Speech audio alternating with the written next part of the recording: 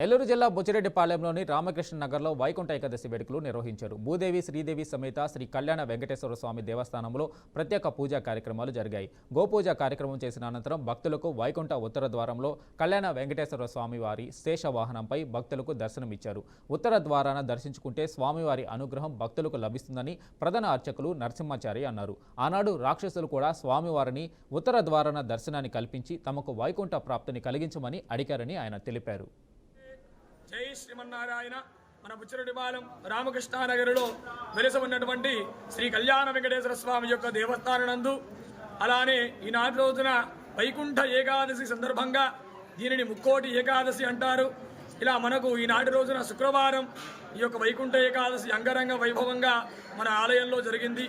ఈ యొక్క వైకుంఠ ఏకాదశి రోజున శుక్రవారం కాబట్టి స్వామివారికి 2 గంటల ముందే స్వామివారికి అభిషేక మహోత్సవాన్ని కూడా చేసేసి చక్కగా వైభవంగా అలంకరణ చేసి అలానే ఈ యొక్క వైకుంఠ ఏకాదశి ఉత్తర ద్వారంగా శేషవాహన రూఢుడై మన కళ్యాణ వెంకటేశ్వర స్వామి వైభవంగా దర్శనమిస్తున్నారు.